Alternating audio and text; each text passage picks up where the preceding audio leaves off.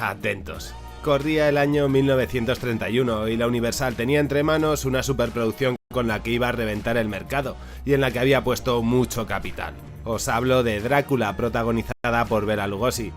Para hacerla prepararon unos decorados increíbles, hicieron reconstrucciones del Palacio del Conde, del pueblo e incluso de los caminos, como estáis viendo.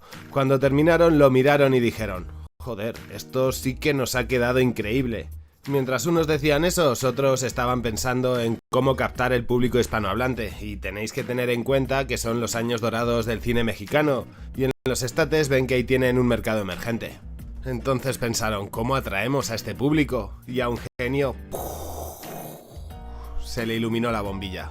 Y dijo: hey Willy, ¿por qué no tomamos estos decorados y hacemos el Spanish Drácula? Y entonces Willy hizo lo mismo que estáis haciendo vosotros ahora mismo, preguntarse, ¿pero qué coño es eso del Spanish Drácula?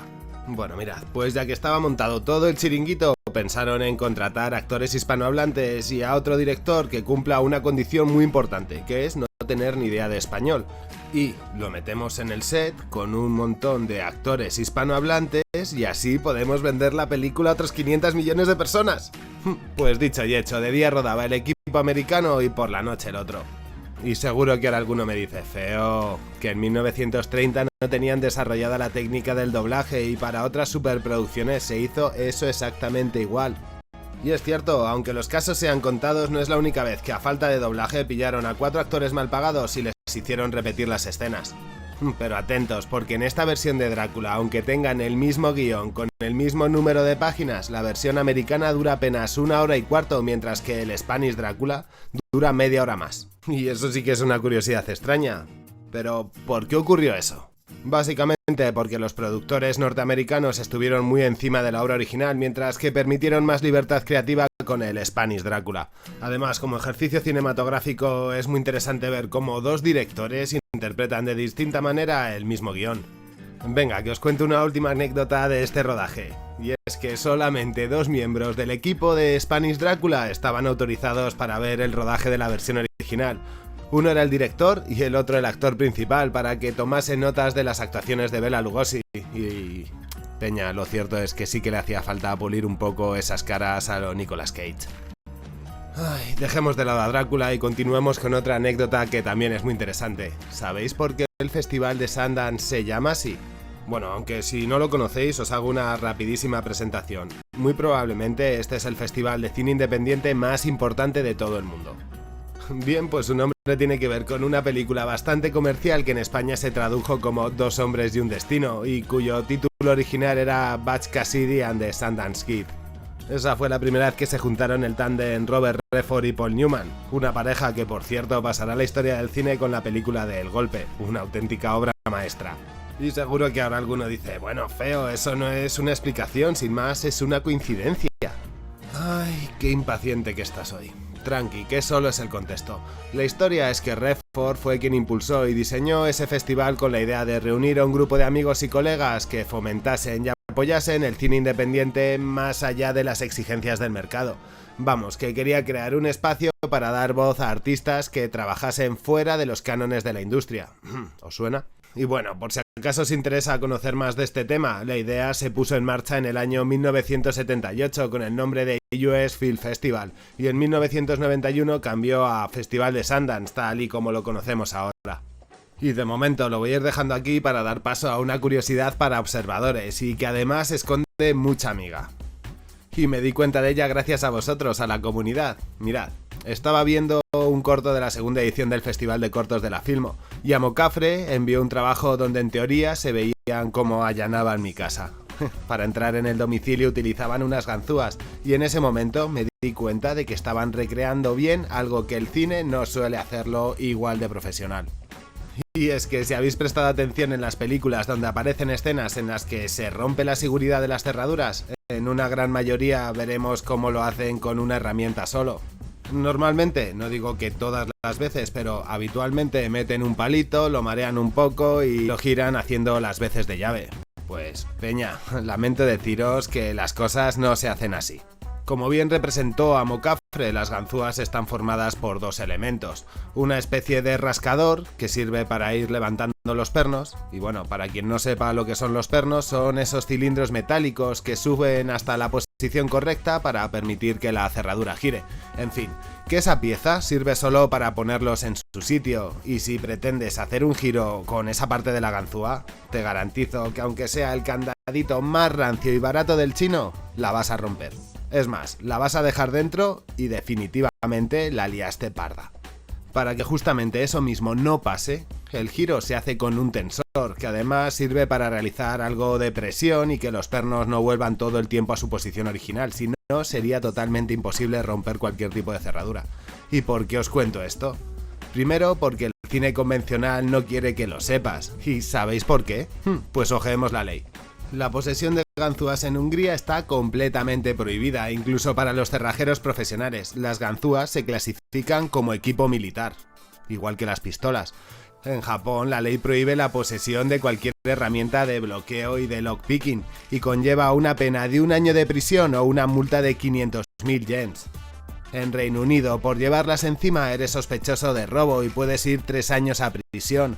En Estados Unidos depende del estado, pero en definitiva es más de lo mismo. ¿Os dais cuenta de que en algunos sitios está más penado llevar unas ganzúas que portar un arma? ¿Y por qué pasa eso?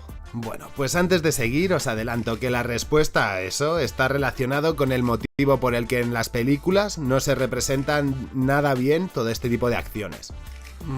Pues aunque suene triste, el tema es que hay lugares donde la propiedad privada tiene casi tanto el mismo valor que la vida de una persona.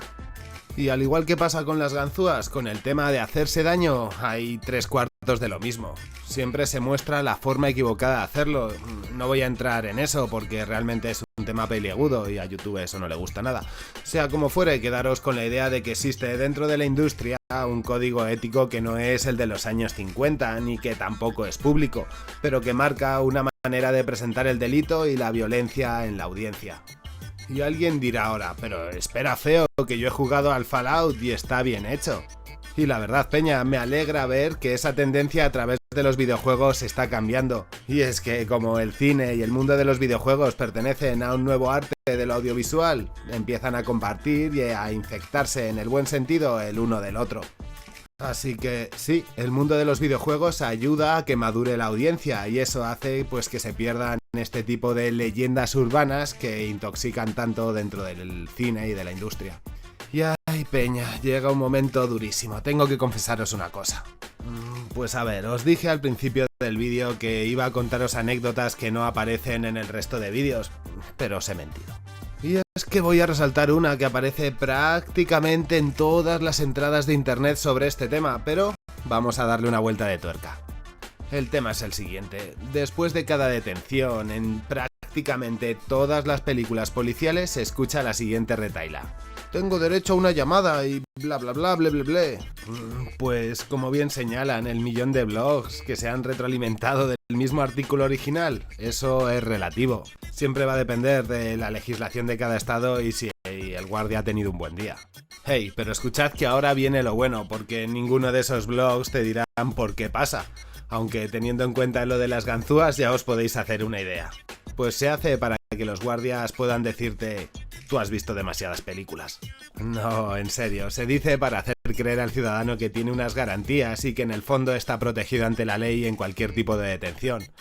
En fin, que es propaganda del Estado moderno, igual que la película de Pearl Harbor, la batalla de Berlín o que el 90% de las cintas de funcionarios públicos sean de policías, que además habitualmente se colocan sobre la ley y, si lo hacen en el fondo, es para protegerte, claro. Ay, pasemos a otra cosa. Escuchad esta otra anécdota que se me quedó fuera cuando preparé el vídeo de Kenneth Anger. Cuando lo hice estuve informándome sobre la iglesia de Satán de Anton LaVey. Ya sabéis que hicieron cortometrajes juntos, así que me metí en profundidad para conocer qué relación tenía ese individuo con la gente de Hollywood. Bueno, pues que sepáis que así encontré una maldición súper interesante y que se hizo realidad sobre una actriz llamada Jayne Mansfield. Esta era una de esas típicas actrices rubias que surgieron tras la estela que dejó Marilyn Monroe. Ya sabéis de lo que os hablo, un prototipo de mujer que exportó Hollywood que se caracterizaba por ser rubias y no tener demasiadas neuronas. Pues Jane no era ni rubia ni tonta. Para empezar, tenía un coeficiente intelectual de 170 y era una virtuosa del piano y del violín. Lo que la pasaba es que le gustaba la farándula y sabía cómo hacerse notar, y si no, que se lo digan a Sofía Loren, cuando se le presentó esta actriz rubia para eclipsarla en una fiesta de la Paramount dedicada a la propia Loren por ser la actriz más fotografiada en Cannes del año 1955. Así que Mansfield dijo: ¿queréis fotos? Tomad una. Y no sé si es rabia, celos, envidia o simplemente mosqueo porque se sentía eclipsada, pero hay que ver la cara de Sofía Loren de pocos amigos que se traen esas fotografías. Es más, en el año 2014 la preguntaron por esa escena y contestó esto que os voy a dejar aquí escrito. Vuelvo al tema que me despisto. A esta mujer le gustaba llamar a las puertas para ser el centro de atención y un día llamó a la puerta equivocada, ya que resultó ser la de Anton LaVey, con el que empezó un romance. Algo que, por cierto, al marido de la actriz no le hacía ni pizca de gracia. De hecho, después de alguna que otra discusión entre los tres, el líder de la iglesia de Satán lanzó una maldición para la pareja, diciendo que morirían en un aparatoso accidente de tráfico. Y así fue, porque perdió la vida en la carretera el 29 de junio del año 1967. De hecho, el golpe fue tan popular que generó un trauma en la opinión pública e ingenieros norteamericanos diseñaron una barra para que los coches no se metan dentro de los camiones por debajo, que es lo que le había pasado a ella. Esa medida de seguridad es conocida en todo el mundo como la barra Mansfield. Y ahora una última anécdota sobre la importancia de ser el más rápido. Seguro que a todo el mundo por lo menos les suena la película Teléfono Rojo, volamos hacia Moscú, pero seguro que no recordáis Punto Límite del genial Sidney Lumet. Pues que sepáis que ambas son obras maestras y tratan temas muy similares sobre la Guerra Fría, una desde el humor negro y la otra es tan duramente implacable que asusta. El tema es que, pese a ser adaptaciones literarias de distintos autores, existían un montón de similitudes entre los personajes, las escenas, los decorados e incluso en la trama, ya que ambas compartían que por un error humano unos misiles nucleares iban rumbo a Rusia. Pues atentos, porque Kubrick estaba al tanto de todo esto y sabía que la prensa, que tiene una lengua viperina, iba a destrozar a la segunda de estas dos películas que saliese, tachándola de plagio de la primera. Por eso se acercó a los productores de su cinta y les insistió muchísimo en estrenarla primero. Os podéis imaginar qué pasó. Teléfono Rojo es un clásico y con la otra di de casualidad porque estaba basureando cine sobre el holocausto nuclear. Que por cierto, en el cine se ha tratado de una manera súper interesante ese tema, desde la animación hasta el falso documental. Si os apetece que tengamos un invierno nuclear juntos, decídmelo y lo